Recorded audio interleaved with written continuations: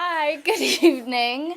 We are three Tuck students here for the Tuck Ask Me Anything, and we'll be here for the next hour to answer a bunch of your questions. So, just to start us off, we're going to share a little bit about each of us.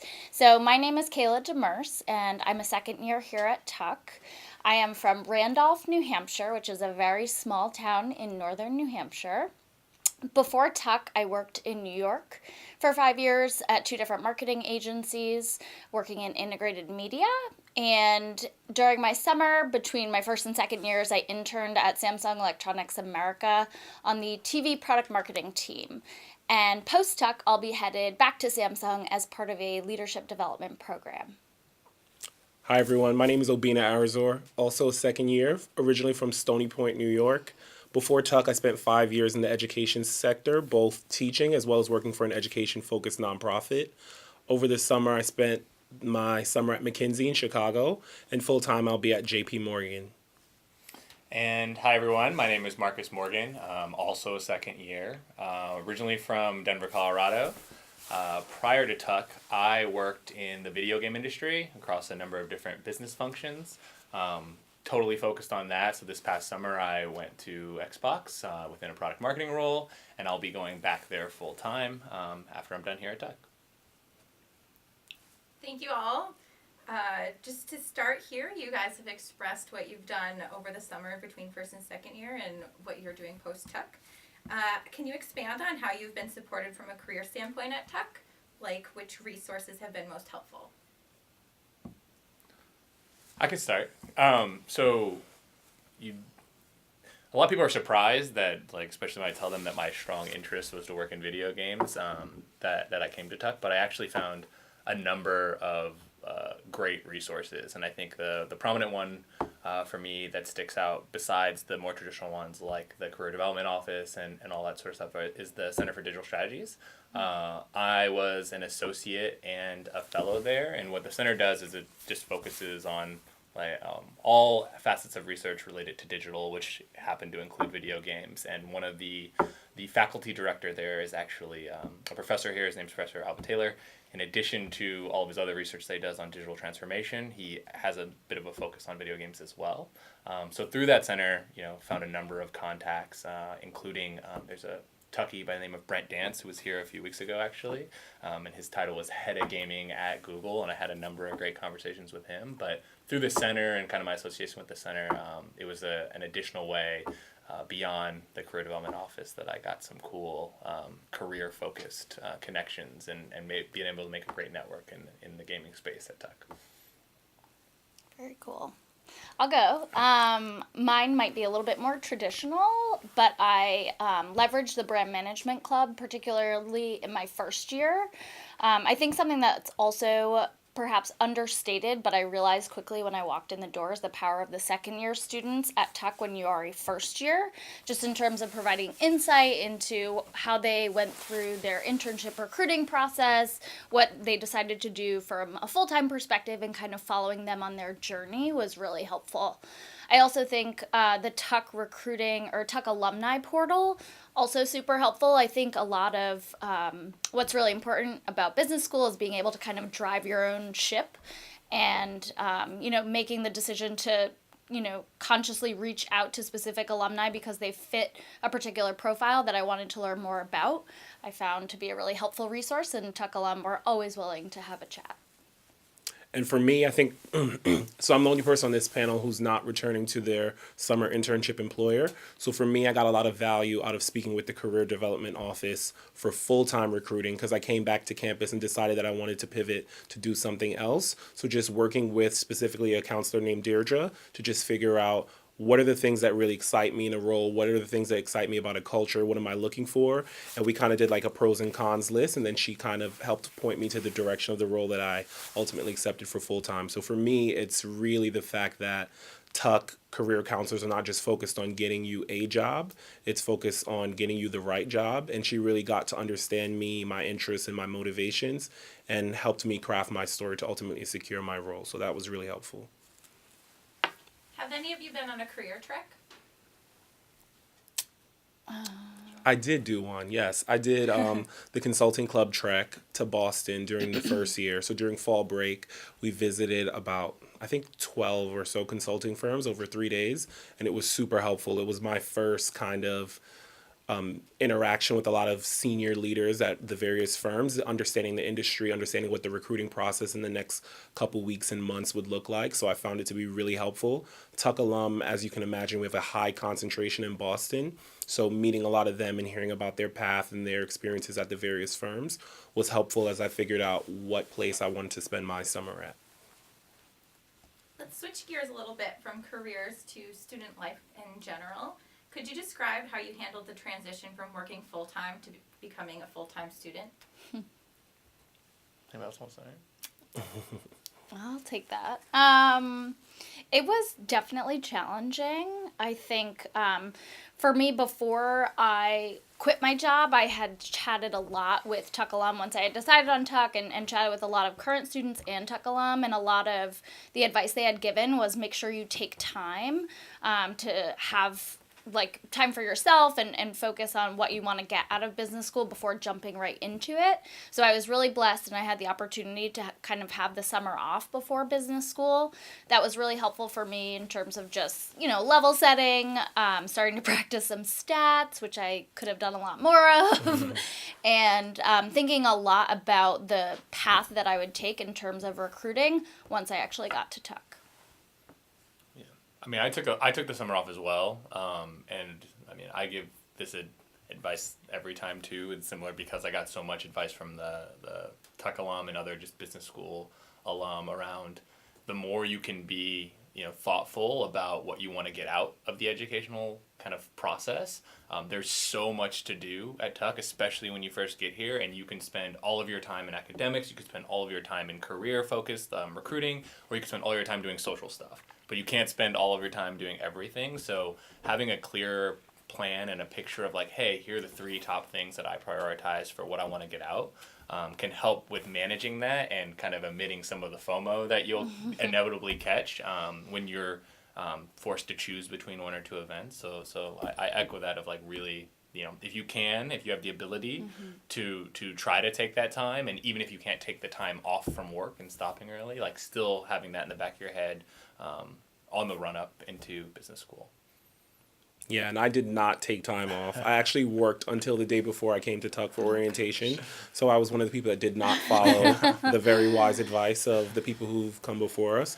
I would say I recommend you take the approach that Marcus and Kayla mentioned. I think that it's very important to kind of take some time, level set, kind of think about how do I want to spend my time.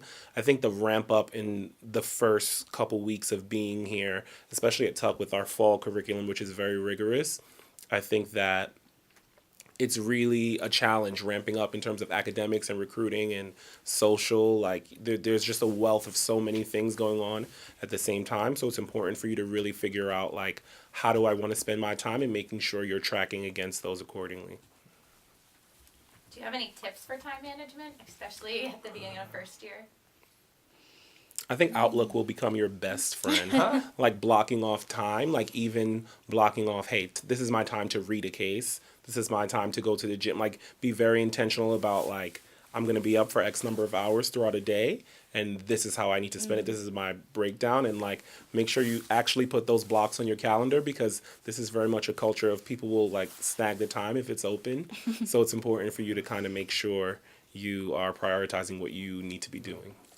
And don't forget what kind of inevitably led you to business school in the first place. You all managed a career with the application process, with potential families or partners or whatever else it might be, and so you probably have a decent grasp on time management. So just don't forget that business school is that still business, and so to just use Outlook just like you would if you are kind of in your current life, and kind of maintain those. Just don't lose them as you make the transition, because you're a student and not kind of a full-time employee somewhere. And I think just kind of dovetailing off of our conversation about if you have the time to take before Tuck, to kind of have a good sense of, let's say 4 different categories at max that you're interested in terms of pursuing from a career perspective. The minute you get on campus, you're going to be bombarded with all these different coffee chats, office hours from every single company coming on campus. Your friends will be asking, hey, are you going here? Hey, are you going here? So just being, as Obina said, intentional about, what you're interested in and managing your time, knowing that just because somebody else is going to a different office hour, but if that's not the path you want to take, don't waste your time. What has been the most surprising element of your time at Tuck? Surprising. It's a surprise question.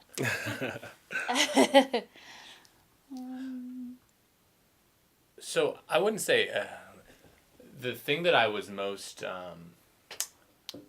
I'm not surprised by it because so many people talk about this as an element of Tuck.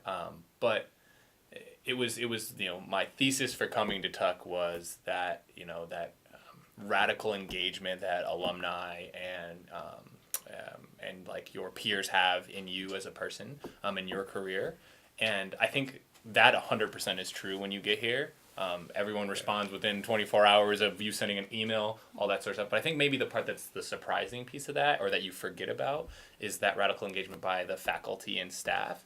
And so you can get that same level of like passion and commitment because of the nature of Tuck and its size by the professors. And I've spent numerous hours just sitting with professors working on certain things or certain business ideas. And I think maybe it's that I just slipped my mind, but that was pleasantly surprising. Or in addition to the faculty at different centers, or just spending time with like people like Dia and the MBA PO, like those things I think were the other pleasant surprise. Was you had like your classmates, you had the alumni, but you forgot like there's all this Tuck community here that are working on these various things that work at the school, and I think that was a pretty cool addition to the thing that you were expecting when coming into Tuck. Do you have any examples of the collaborative spirit of Tuck?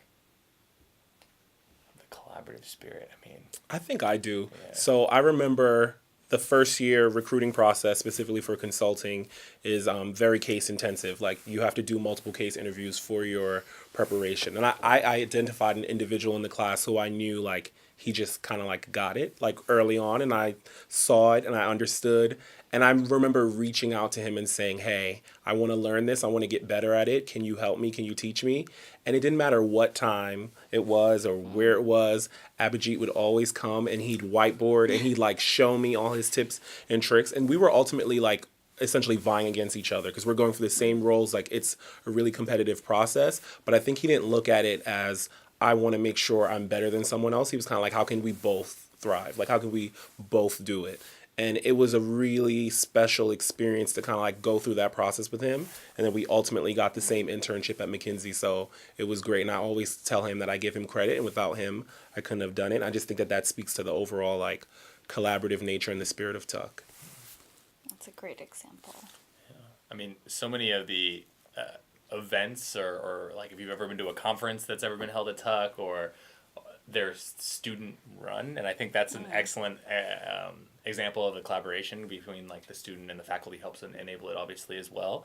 But a lot of those are student initiatives in addition to that, and I think that's kind of it's cool because you wouldn't know it if you like come to any of those events that like behind the scenes we're just kind of the students were just as involved, and I think that it's a theme that kind of ripples out throughout Tuck of the community. It's the community effort to kind of make this place run, and that it's not just one person's job to kind of run the school. It's everyone's collectively, and I think the events highlight that pretty broadly of everyone being involved in that process. So I'd add that one too. For sure. That's a perfect segue, Marcus. What is one of your favorite activities or events that you have been involved with on campus? Such a good one. I can start. I think, what? I thought of one, but I can't say it. Oh. Yeah. Sorry, I know that's great for the stream. I think I've been on the marketing club the past 2 years, and I really like the marketing symposium that the co-chairs of the marketing club lead this year over year, and it's so cool to see how much how great the content is, the kinds of speakers that they're able to bring in, most of them Tuck alum, and just some really interesting topics in terms of the digital age and how we can navigate that space from a brand management perspective. So that's been a really cool one. And I think it's those events like that. We have lots of conferences throughout the fall, and you think like, oh, we have like Fridays open, but false, because there's always a conference and you always want to go because the speakers, the panels, the information that you can get is so rich. For me, it was my participation in Admitted Students Weekend for first year. So I was one of the co-chairs for that. So Admitted Students Weekend, I'm sure many of you probably have heard about it. It's a huge weekend in April where all of the admitted students who would like to attend for the weekend with their partners and whatnot, you come to Tuck and essentially experience what it's like. Like, what is the real day-to-day? There are mock classes. There are opportunities to meet your potential future classmates, work on case discussions. Like, I remember vividly my admitted students weekend. At the end, I didn't want to leave. I didn't want to go back to work. I just remember can time fast forward? Can I be at Tuck already? And I wanted to replicate that same experience for the future class. So that was kind of why I decided to apply to be a co-chair. And it was a really fulfilling experience, kind of seeing the end to end, to Marcus's earlier point, planning a conference, planning a weekend, and kind of seeing all your hard work materialize is a really rewarding and wonderful experience. Can you give some examples of how Tuck celebrates diversity? We have to plug DivCo. I mean, so I was holding back because it's the DivCo is the event too. So both Obina and I are on. We're both co-chairs for the diversity conference, and I mean that's another stable event for Tuck in general. And maybe some of the people on the stream have come to it and are engaged in it. It's a pretty in terms of how it shows. I mean, the amount of effort and time and involvement that the entire school, not just the co-chairs or the diverse community within Tuck, but every single person comes to, whether it's volunteering, whether it's running to, it started, I think here's a great story from it that would show it. I think was pretty awesome. Was it started raining out of nowhere this year, and while we were during DivCo, and people were out to lunch and we couldn't get them back, and so we just started calling up all of our classmates, and people showed up in droves to come just drive people back and forth. And I think that school-wide kind of investment in a conference that is centered on the concept of diversity and bringing in diversity and diverse perspectives to the school was really powerful, and it's always amazing to see that and it being really a school-wide effort. So I think that's one of the highlights that really demonstrates the investment and how much people care about that concept here at Tuck. Yeah, I think another one too are the culture chats that happen. Mm-hmm. So Tuck has culture chats where students from a particular culture will have a panel where they'll kind of explain what are our cultural norms, what are the things that we do, what are legacy traditions, potentially you might have lived in the region, just what is it like? I think that's a cool way for you to go. There's a Vietnamese one. There was an African American one. It's a great way for you to kind of try the cuisine and learn about the experience of your fellow Tuck students. So I think that the school putting resources behind that to make those happen is very indicative of the fact that it's something that is celebrated and embraced very much in this community. Yeah. And I would say, too, Tuck has a really wide variety of clubs that are all student-run, and there's 70-plus clubs, but many of them are cultural affinity clubs, social special interest clubs, so there's a wide variety of people who, are involved in these clubs that put on events that are focused on, representing different diversity in all forms. An interesting question. Let you guys reflect on this for a sec. What do you think set you apart to get accepted to Tuck? Oh. I mean, I'll answer that because I'm not good at anything else. It's only because I had the video game background. I think that's the only reason I got into business school in general. I doubt that. But no, I think to dive deeper, so it's not as superficial as that. I think what it was is I am super passionate about games, and from a business perspective, that was my passion. My other passion was about diversity, and through my application materials, I stayed, one, it was authentic, so I think showing that authenticity paired with a passion for like these two particular items, really helped it shine through. So, and I was consistent throughout all of my application process, whether it was the interview, whether it was an essay I was writing, that theme of video games and diversity within video games kind of ran through. And so I thought that clear story and that clear picture helped get me kind of over the hump and maybe like set me apart from other folks who were kind of coming to business school for exploratory reasons or things like that. So you probably have the best reason because we're being a TA for admissions.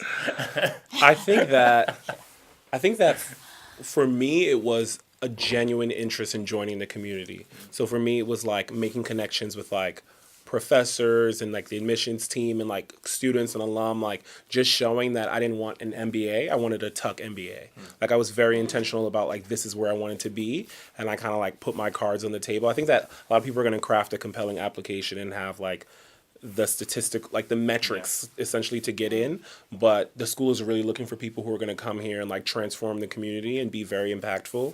And I was very like cognizant of that and made sure I wanted to like craft that a part of my narrative and like tell like what do I want to do at Tuck, like what do I want to give to the community versus like what resources do I want to benefit from. I think it's important to tell a story in a two-way street, like what are you going to give, like what are you going to add, as well as what you'd like to take away from it. Yeah. Hopefully I did what Obina did. And that's You why did. I'm here. You did. That's why you're here. Good answers. What is involved in taking on a leadership position in a career interest or social club? What is involved? Your time and your effort. I think, like we kind of mentioned, a lot of what happens at Tuck is student led. And those things are good or bad depending on the amount of time and effort you put into them. And so if it's something that you're passionate about from a career perspective or from a social perspective, then that's really kind of it, just really kind of putting that time and effort into it. I think it goes into, we were talking about earlier around time management as well, of knowing and prioritizing which clubs you join. I think that there's a high bar here set at Tuck on like what's expected out of you if you are a club lead or a conference lead, and what kind of output you're going to bring. So I think that the biggest thing is your time and your enthusiasm. Like that same enthusiasm and effort you put into your applications, it's to be expected that when you get here and you step foot and you do any clubs or conferences that you put that same effort in. And I think too, it would be a thirst for continuous improvement. So I think it's really hard with clubs here because obviously leadership transitions every year. So maintaining, what has been done in the past is always really hard, and making sure that you want to take what was done, improve upon it, and then pass it on in a way that the next year can like pick up where you left on and keep improving it. So I think that's really important for leaders here.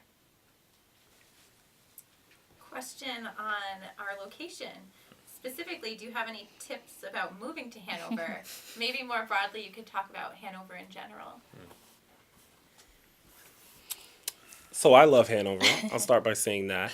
I think that it's a perfect place it's very conducive to life as a student. So like, I won't say that there are like a plethora of like attractions, but like it's great in terms of nice restaurants, nice bars that are like Tuck favorites, a lot of places to like study, have a coffee around town. I think it lends itself very well to like student to student interaction, which is like a staple of Tuck. So I think that it works very well, specifically like the broader environment for being a student. And for me, I think that the move was relatively easy. I lived in the dorms first year, which I think half the class does. So for me, it was mostly about like getting my clothes from New York, where I was before school, to here, which was a lot. But you don't have to worry about furniture or anything. And like the MBA program is very thoughtful about making sure you kind of have every resource you need at your disposal. So for me, I don't think it was really hard. But again, I didn't have to furnish an apartment or anything, so can't really speak to that. Yeah, I think for me, one of my favorite memories of Tuck is I lost the housing lottery for first year, so I didn't get on-campus housing and sort of panicked, and obviously in typical Tuck fashion, within 2 minutes there was like a Facebook group of off-campus housing people, so everyone was calling realtors and all of this, and hooked up with somebody else who was also looking for housing, and we found a place, but obviously we were both in New York and couldn't visit. And Sally Yeager, head of the MBA PO, went to visit visit our house for us. I should have sent Sally to my place. Yeah, and sent us pictures and said, "You girls have to take this place. It's awesome." So the support of the community here in moving you from somewhere else is really strong. So, and I live in Norwich. Norwich is the town right next to Hanover. Also a wonderful place to live, and typically where many second-year students do live. So I moved all the way from Los Angeles, and I moved with a partner. So I guess I had probably like the longer of the moves. I think to start, Hanover is exactly how it's kind of marketed. Like, it's a small town in New Hampshire, and so I think, as you know, a perspective thinking about that, I love being here too, but that's because I knew what I was signing up for to come here for 2 years, and I knew the value that I'd get from kind of being able to, you know, learning how to ski, and if you want to play hockey or like winter sports and outdoors and like doing stuff that was a little bit different than what I had been doing, you know, living in LA before.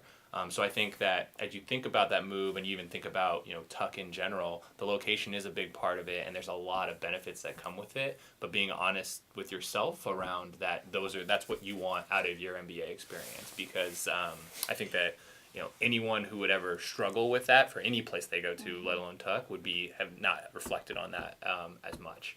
I think the biggest piece of advice I can give in terms of moving, especially when you're moving from far away, is if you have the ability to do this, to purge, like get rid of as much stuff as you can.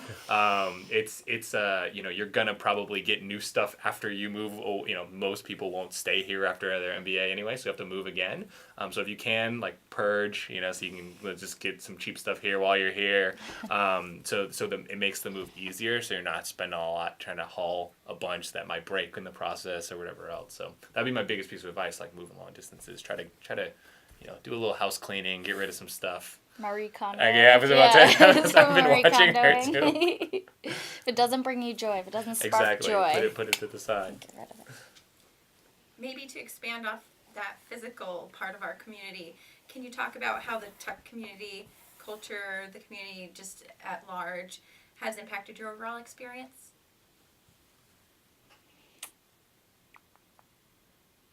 It has. It has. It definitely has. I feel like the people always say this, that the MBA is way more than just like the academic experience. Like, you're going to gain like those technical skills from like the rigorous coursework and the electives. But I think that you really do learn a lot from your peers. Like, I've learned the most in study group meetings, or serving as a co-chair for a club second year, or just a small group dinner or a wine night at someone's house. Like, those are the parts where you really get to know people at a deep and intimate level. And I feel like people coming to Tuck, they do so with the intention of being very open and like inclusive and transparent, like, and all those things. And it's really served me well, and I've really enjoyed it, kind of like meeting with people and going through that journey with them for the past year and a half. I would add on to that and say, I think the Tuck community is part of why I chose Tuck in the first place, and it's been something that has proven itself time and time again. And it's the idea that you move to Hanover, which is the middle of nowhere, and you're intentional about coming here, like Marcus said. And so this community is something that's so special beyond any other business school that's in a city or in a more urban area than Hanover. And it's everyone chooses to be here. So everyone is fully present, is how I like to think of it. So not just the students, but also the partners and the families that they bring with them. Everybody's here to participate and like make the most of these 2 years, and I think that really adds to the experience. Yeah, for I could ramble for a long ways around like how the community has helped, like from alumni to faculty to classmates, all that sort of stuff, from like my career and my business school goes.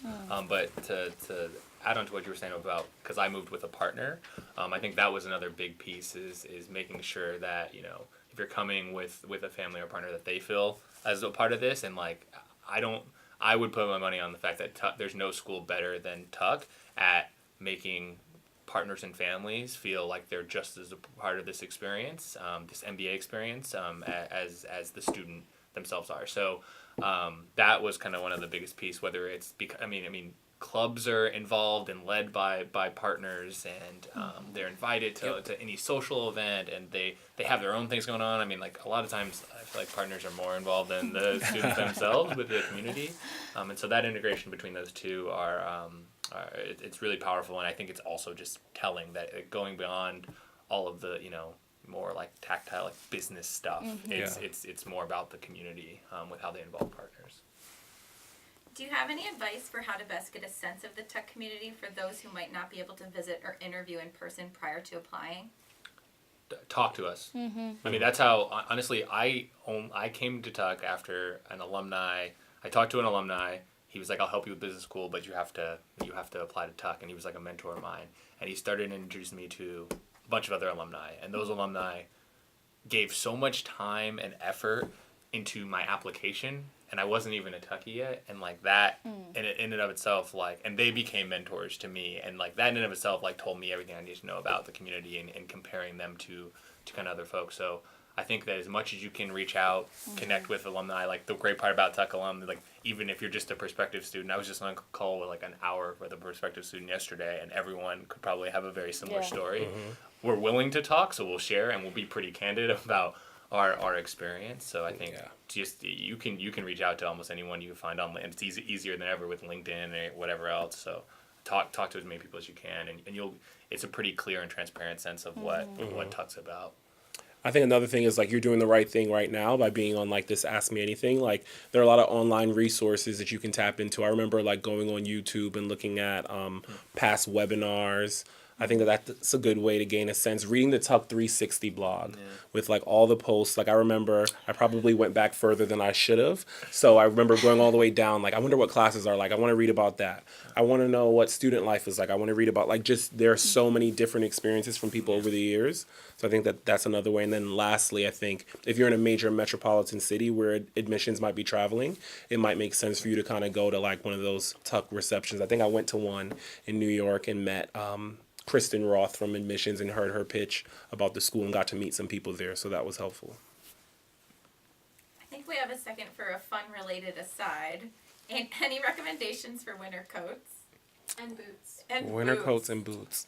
You have to have bean boots. I mean, I don't, but If you you're- do have to have. If you're a Tuck student, you need to have bean boots. You need to have some Patagonia article of clothing. But no, Could you like, explain what bean boots are? oh yeah, I could actually show, but like, no, I'm not gonna stand with my leg up. Take off your So, bean boots are LL Bean. They're commonly referred to as duck boots. I don't know where that name came from, They but look like ducks. they're really warm and like comfortable, and they're anti-slip, and like everyone has one, and like I love it. So I wear my bean boots, and I tend to wear my Canada Goose jacket, my parka, during the colder days.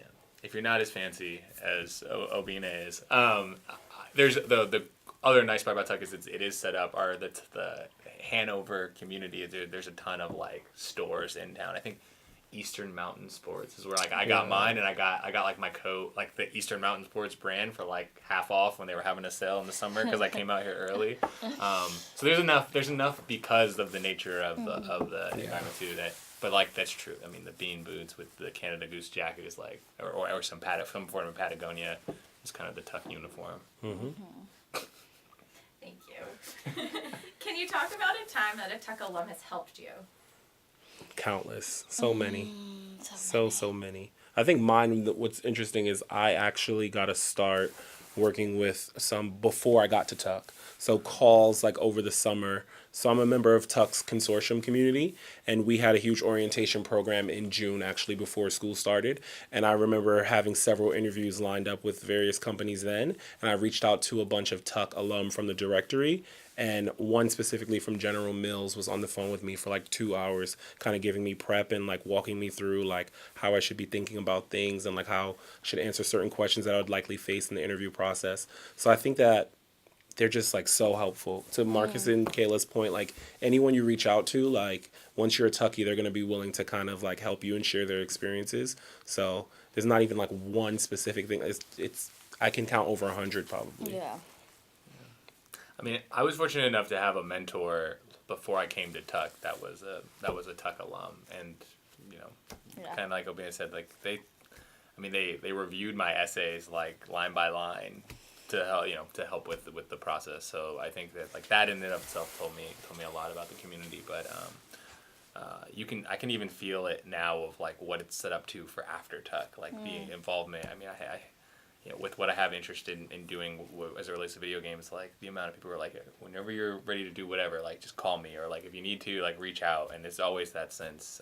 So I'm excited to see. I feel like in like 10 years I'll be able to answer that question like, oh, and then the Tuck alumni did this, and I was the business leader that I always wanted to be. But yeah, it's been, I mean, Yeah. And even just the ability to connect with alum who come back to campus, because who doesn't want to come back to Hanover? Everyone does. So, they have a visiting executive program here at Tuck that's really robust, and that's often Tuck alum who come back once they've become those aspiring business leaders. And there's a lot of opportunity to connect with them. And then for recruiting purposes, a lot of alum come back. And I once had a conversation with a Tuck alum who worked at Samsung before I took the internship, and he said, look, I'll always put my Tuck hat on before my Samsung hat. Like, this is the way it is. Like, you can come to me with anything, and we can have a candid conversation about it. So, lots of good places. Could you please talk about your TuckGO experience and how that's impacted your overall MBA experience? Yeah. I've had two really exciting TuckGO experiences. So the first was a global insight expedition, which many first years do during the spring break, between winter and spring term of the first year. And my goal with a lot of things in business school, and particularly with TuckGO, was to kind of push myself beyond my bounds, and I really wanted to experience a new country, a new continent, a new culture. So I got to go to Ghana as part of the Global Insight Expedition with Marcus. Yep. Woo! You forgot I was there. I know. Yeah, no, we weren't there. We did. We got to go. But it was actually the first year that Ghana was offered, and I think initially we all thought like, oh, this is so cool. We're going to be the pioneers. Also forgetting we were kind of also the guinea pigs, where it wasn't always sunshine and butterflies, but I think we learned a lot from that experience, and it was really a really cool opportunity to spend time with 26 other classmates in a very unique experience, and learn a lot from each other, learn a lot about where we were, et cetera, et cetera. It was also led by a T18 who like kind of started it and led it, who was from Ghana, which I thought was even more valuable because there's something special about when the international students, when you go with people back to their homes and they can show you kind of who they are and why how they came to be. I thought that was another kind of powerful point of that, of just being able to sit around and reflect at night with someone who that's their home country, and then be able to share that with you was another special moment of the GIX. Yeah. And of course, we visited several Tuck alum while we were there. Yeah, we had a whole Tuck alum party. There was one Tuck alum that threw a party at his house with all of the other all of his influential Ghanaian friends. Yeah. Yeah. And the other one quick was global OnSite, OnSite consulting, which is usually an opportunity for second years, and it takes place over the winter break, the very long winter break that we have. So I did a global OnSite project in Costa Rica, and Marcus was also doing one. Yeah, I did one in China.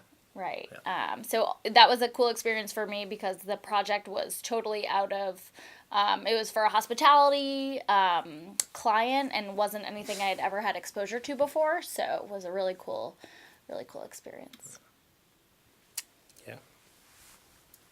As you approach graduation, is there anything that you wished you had did during your 2 years that you didn't get to do? For me, it's ski more. I didn't ski as much as I probably could have, but I still have time, so maybe I'll improve between now and then. But yeah, I definitely didn't do it as much as I thought I would, so that's it for me. But no other regrets otherwise, really. You don't have any? Oh, I do. Okay. Yeah. There are a lot of things actually. I feel like this last term, I'm like, can time just slow down, please? Because there's so many things I want to do. I think that when you're at Tuck in your first year, it's so overwhelming just like doing the Tuck stuff that you often forget that there's this whole community beyond Tuck. So I really, in my last semester, hopefully will take advantage of a lot of things that Dartmouth offers. So they have just so many different centers. There's a wood shopping class you can take. They have a conservatory. I mean, just so many cool things that we can access because we're technically, Dartmouth students as well. Another thing is like taking advantage of the local community too. I think there's a lot that the Upper Valley has to offer, and just exploring and trying new places, supporting local business. I think that that's an opportunity that we as Tuck students should definitely take advantage of. Yeah. I've been trying to take care of this one before I get to the end, but like one of my favorite parts about Tuck is just the connection you can have with your classmates, and taking those like deep by spending more like smaller group quality time with them, and like we have that through small group dinners, but I try now my hardest to the end of like making sure to set time with people, like just to go have dinner with them, just to make the relationship even more meaningful than it already was, and just kind of work through any problems that I might have or whatever else, because there are a lot of the people you meet here are your lifelong friends, and so I just am trying to like go through as many people as I can that to establish a little bit deeper relationship before it's all said and done, because it will be hard, especially because I'm moving so far away. Like Moving far away. Where are you moving? I'm moving to LA after I'm done, so like LA's not a huge hub for a bunch of Tuckies, so I'm really trying to make sure that I can I'm gonna get a 2-bedroom place just in case everyone like anytime they're in LA is like come to my place, stay with me please. But yeah, that's my big one that I wish I would have done it sooner. Yeah, already. Even though I'm trying to make up for it, I wish I would have done it sooner. That's fine. I'll wait for your dinner invite.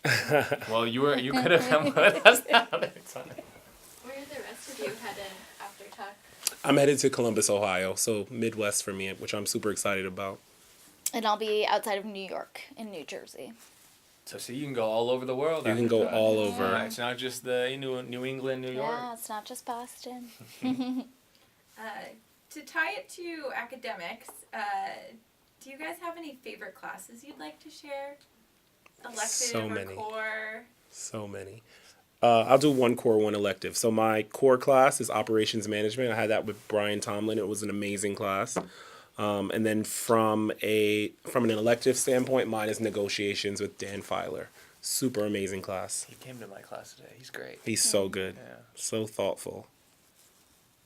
So you probably guess what I'm gonna say. So my favorite class is a class I'm taking right now. I forget what the name of it. It's like ecosystems and innovation strategy, but it's a research to practice class, which I tout this class one because the professor is incredible, and I feel like I have such a better strategic mindset around just how to deal with the adoption chain and all that sort of stuff. But the other plug, and this is kind of just for Tuck, is it's a 15-person class, and I think that's super unique amongst business schools in general, and Tuck's position gives it, Tuck's size gives you the opportunity to do classes like that. Mm-hmm. I know it's not the only research to practice, but it's a chance to let you kind of dive deeper with 15 other students and the professor into like a subject that you have a lot of passion about, and that professor has a lot of passion about, because it's usually something that they obviously research in. So I think it's been my favorite class, and I think it's also a cool highlight of like what the uniqueness that Tuck has. Yeah. What about FYP or your first year projects? Yeah, I can start. I did an entrepreneurship FYP. So I worked with one of my classmates on her idea. She had a venture where she wanted to create a 2-sided platform, kind of like an Airbnb, to connect small businesses with marketers till they can better essentially market their businesses. I thought it was a really cool thing. We did a lot of market validation, spoke to a lot of small businesses, both inside and outside of the Hanover and upper New England area more broadly. And it was great. For me, one of the things I wanted to really flex and get better at was how to structure something that's super ambiguous. And this is exactly what that was. It was a very early stage idea. We didn't have much direction as to where we should go, how we should structure it. So figuring out the next steps to take was really, I think, important for me and my development. And it lended very well to my summer internship, which in consulting, there was a lot of ambiguity in kind of figuring out what the next steps were. Me to go? Okay. You want me Yeah, to? yeah, Okay. yeah. So the FYP was actually one of like the critical components of me coming back to business school. Like I knew the company I was going to do an FYP with before I even left the company I was working, because it was a company that I was targeting for a full-time role afterward, and it was a small video game company. And so I did a self-sourced FYP and kind of worked through that. And it was a pretty awesome experience because I think it got to, one, it was within the field that I wanted to be in. But two, it also gave me, like, because it was self-sourced, the opportunity to kind of pressure test some of those management capabilities that, like, everyone wants to. So everything from, you had to go out and recruit and staff your team. I had to convince people like, hey, come work on this project with me, and then identify the right people that are going to be the right fit to kind of deliver on the project that you're scoping.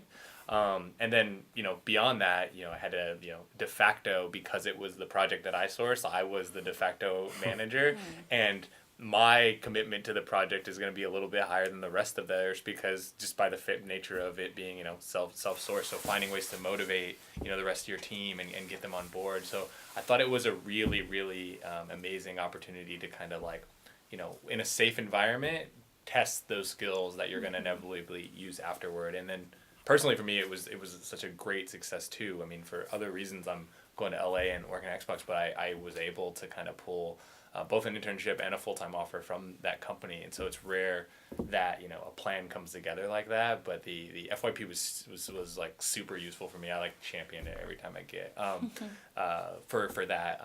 And, if you're looking to build skills for a new transition careers or just target a company, I mean, I think the FYP is really powerful. It's a cool way to get some hands-on experience at something, whatever that might be. The FYP for me was a little different. I was looking to get experience in an area that I had no experience in, so I joined a team working on a real estate investment recommendation, and that was really cool because I had no experience in real estate. It was focused on the Pacific Northwest. I've still yet to go to the Pacific Northwest, which is a shame, but figuring out like how do we assess real estate opportunities, what are parameters, and built a model around that. And one of my teammates similarly got an internship offer from the company, and he actually went and spent his summer kind of executing what we had recommended during the FYP. So that was a really cool sort of summary of our project. Just another fun thing to aside, like I also convinced the client / Tuck to fund all of us going to this game studio. So we got to hang out with the client, play their games, and just have a fun adventure in Chicago, which was just another perk that was just kind of just a fun experience. And if you put the effort and you ask, you can get a lot. You can get Tuck will support you pretty fully on kind of getting the most out of the experience beyond just delivering a project to a client for a grade. It was more than that. So that was really cool. Aspect of it too. Is there something you didn't know but you wish you had known going into your first year? I feel like I answered this question before. Did you? I don't know. I think this. Is that the surprising one? I don't know. Didn't know. I wish I had known. So, and I know I mentioned this before, but in thinking about it, one of the biggest things that I think that you can't do enough of is reflect before you get here, reflect while you're here. I mean, even our dean makes a whole spiel about it in the beginning of how much time you take within your day blocking off to reflect. You can get so much more out of this experience if you're intentional about the things that you're doing. And so I think that, I tried to reflect a lot before I came, but I think that you can't do it enough. And so I always will try to echo that sentiment of the more you can think about when I get there, these are why the classes I'm gonna take, these type of classes, and this is the type of career. Even if you don't know what you want to do afterward, these are this is the type of career I want. This is the type of person I am. This type of life I want for myself afterward. The more time you can spend doing that, it can make take it from being it can really make it into that transformational experience that everyone's looking to have. So just spend more time doing that like right now, and being engaged in this stuff. So. Mm-hmm. Besides reflection, is there anything else, if you had to choose one piece of advice for prospective students, does anything come to mind? In terms of what was unexpected that Or I wish just I had advice known. for a prospective student, a potential applicant. So we said make sure you talk to a lot of people. I think another one is like visit if you can. I don't know if we said that. I think Tuck is a very special place, but even the website doesn't truly capture like how amazing it is. Like I think it's so important to like come here and like just see the way people engage with each other, student to student, faculty to faculty. Like it's just such a wonderful place. So I think if at all, if you can, assuming you're like domestic or you can potentially come here, I think that it would be a great way for you to kind of like have that campus visit and just see what it's like. I would say too, just be bring yourself kind of as you are, like be as authentic as you can be, right? You're obviously going to write in a more professional nature or whatever else, but the truth is, you want the school to want you, not what you think the school the person you think the school should think the school wants.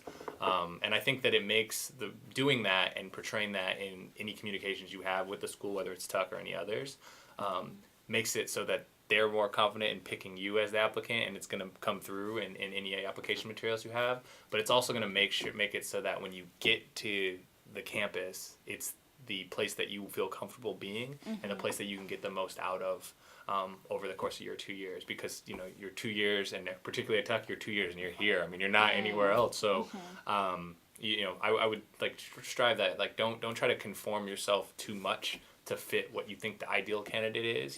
Just bring your story, tell your story, and kind of be you. Yeah. Why did each of you choose Tuck? I can start with that one. A couple of reasons. So I'm originally from New Hampshire, so the idea of potentially moving back towards my family was really appealing, especially since my grandfather's getting older, so that's always good. But I was really looking at a few different things. I was looking at a graduate-only program. I wanted to make sure that the resources that were being pooled for any MBA were going focused towards graduates and not undergraduates and grads. I wanted a school that was general management, so one that you didn't have to have a concentration. I wanted one that was study group oriented and was a mixture of case-based and lecture-based classes. I didn't want to pivot towards one or the other. Let's see, what else? I like the location of Tuck, not just because it's close to my family, but the idea, as I mentioned before, that the entire community really bought into the experience. If I probably had to distill it down to two things, it would probably be the community, which we've already talked about. And then the second thing would be the recruiting strengths. So for me, I focused heavily on kind of like what schools would get me to where I needed to be. So the goals were first. So once I articulated those, it was kind of figuring out, well, in what place will provide me with like the tools and resources that I need to achieve that said goal. And Tuck was very strong from a consulting placement standpoint and even more broader, just an overall recruiting standpoint. Like Tuck MBAs are very like vied and sought after. So for me, it just kind of made sense. Like I love the community and I feel like I can get my dream job. So it was kind of a no-brainer once I got in to choose this program. Yeah, I since I knew I was going into a niche industry afterward, I didn't see any. I wanted a top business school, but I didn't see any business school being distinctly great at like placing you at as like helping you be a video game entrepreneur or placing you at a video game company that you get to work with like small developers. And so what it came down to me was that I wanted the place that gave me the most investment in me. whether that was from alumni, whether that was from the faculty, whether that was from my classmates. I just wanted a disproportionate share of people's like time and energy. And I feel like, at Tuck, that was kind of the place that I could get it, especially because I was focused on something a little different, because Tuck's so good and so strong at, consulting and banking. There still are these like just as good and just as quality resources in like the digital space and surprisingly even like some weird connections into gaming. And so like, and I got that kind of in full, which is I was like pleasantly surprised by. So that's what it was for me. It was like that personal touch of like I wanted, when I people to like recognize me as Marcus, not like MBA candidate number 375. So that was my biggest reason for Tuck. Do you see a lot of people change their area of interest over the 2 years, or do they tend to stick with what they intended to pursue? From a recruiting standpoint, I'm guessing that is. I think that it's probably 50-50. You guys can agree or disagree. I think that 50% of the people come in like, I know I want to do X. This is my set goal. They go out, they achieve it, and it happens. And I think that for some people, kind of like myself, you realize that Tuck provides you with a lot of optionality. You are now exposed to recruiters and like companies and functions that you kind of didn't even have on your radar before. And you're constantly learning by going to these information sessions and like speaking with alum at the various companies. So through that introspection and like you really figuring out like what do I want, what do I value, you might pivot, and that's totally fine. Like I'm doing something totally different than what I wrote about in my essays, and I feel really happy about it, and I think it's the best decision for me.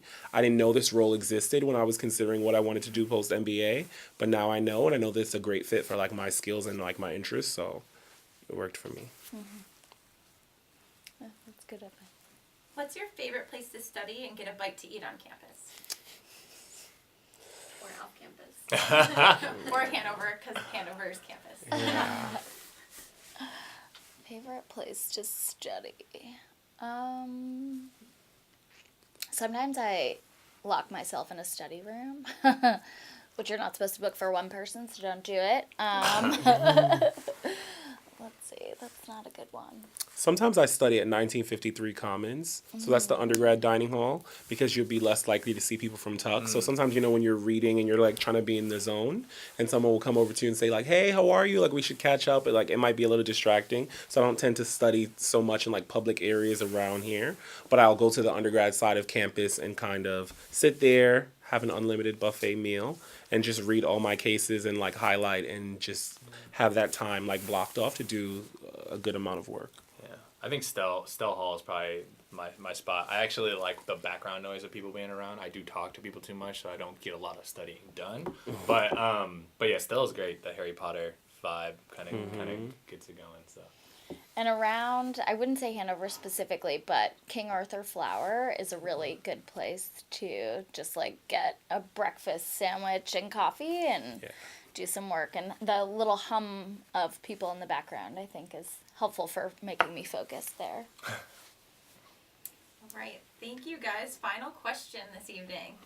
What has been your favorite moment from your Tuck journey? So many. It's good you're struggling. Yeah, there are literally so many. Favorite moment.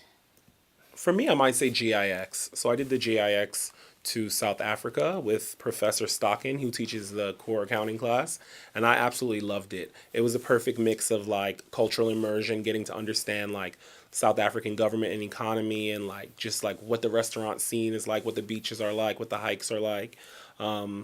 So like it was great in terms of learning about like how business is done. A lot of us are going to work for large multinational corporations, so understanding international business I feel like is very important. So to visit firms that have presences in the US and Europe and Africa and just understanding like how does that work was great. And then it was great from just being in the sun in 90-degree beautiful weather in South Africa in spring break. So that was a huge memory for me.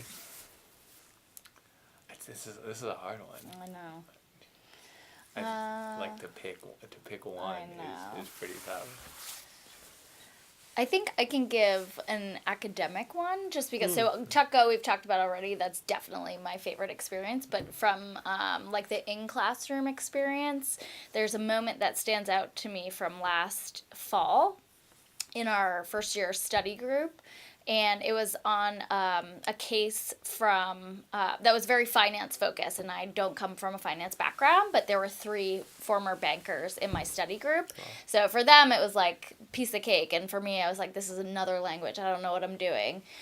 But there was one moment in which I decided, like, I'll take the lead on this assignment, and I'll come to you with a proposed solution, and tackled that and brought it to the group thinking it was not going to be right, and it was correct. And I was floored, but also felt really empowered that this is a place where it's a safe place to fail, but you also have the opportunity to just like go with something and see if it works out. And I think that was really encouraging because I could also prove to myself that I can do it. I'm going to survive business school. Mm-hmm. So that was really cool.